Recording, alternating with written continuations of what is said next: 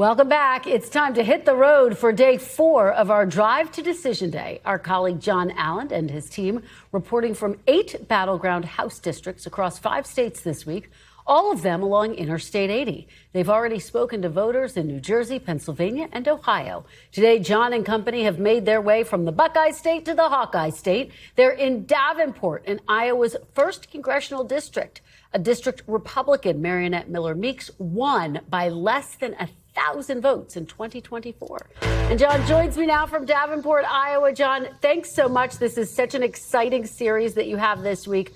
Let's start off with Congresswoman Marionette Miller Meeks defeating Christina Bohannon by less than 1,000 votes in 2024. What are voters there saying about her chances in 26? It's going to be a brawl right here on just the west side of the Mississippi River.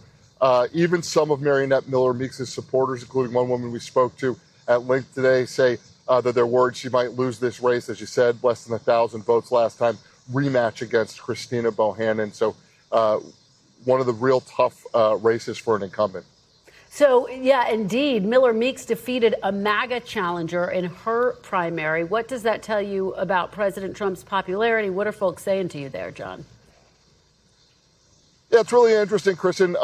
Miller Meeks defeated a MAGA challenger, but she did it with Trump's endorsement, so it's a little hard to tell just from that. One of the reasons we wanted to talk to voters here, Republican voters here in particular, and here's what one of them, Darcy Lilliquist, had to say to us. So, if you could say something to President Trump, what would it be?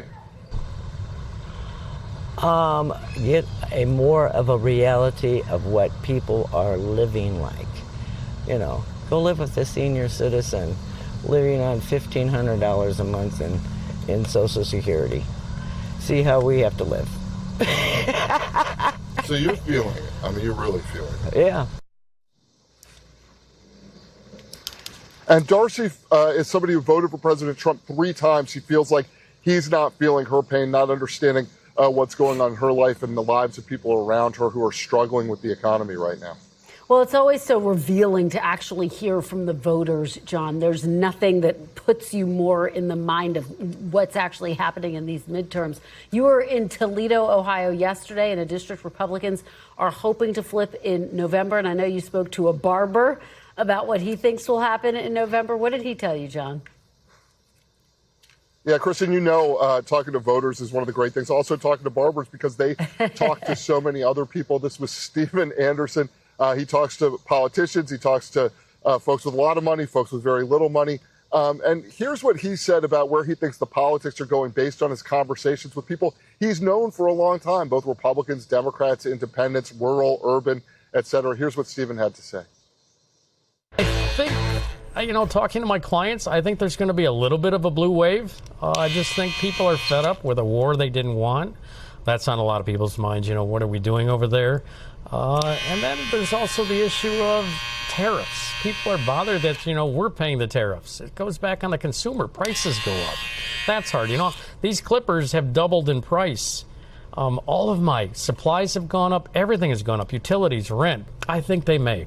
I really do. I think a lot of people, just like in the last election, you saw a lot of Democrats vote Republican. I think it may flip a little bit back this time. That's the sense I'm getting. Just because people are stretched in income, people are stretched in expenses. It's just really hard. You got mom and dad both working with 3 kids and you can't make it. And Toledo's so interesting, Christian, because it's one of the few Republican pickup opportunities.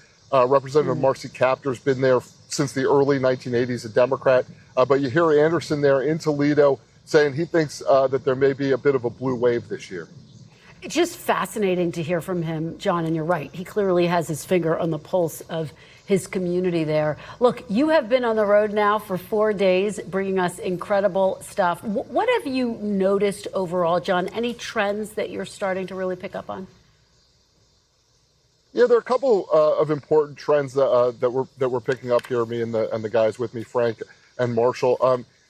I would say the big one right now is that there is real frustration with the president, and particularly among Republicans who aren't the hardest core MAGA voters, and among independents who said over and over again to us that the president promised that he was going to stop inflation immediately. That hasn't happened. The president said he wasn't going to start any new wars, bragged about his first term not starting new wars, and now they see an Iran war that is bringing gas prices up. That just comes out every day in nearly every conversation we have with anybody who is not the most loyal Trump voter. Well, it's just fascinating stuff, John Allen. I know you've been busy, and it continues. Tomorrow, you're going to join us from Des Moines. We look forward to that, John. Great to see you. We thank you for watching. And remember, stay updated on breaking news and top stories on the NBC News app or watch live on our YouTube channel.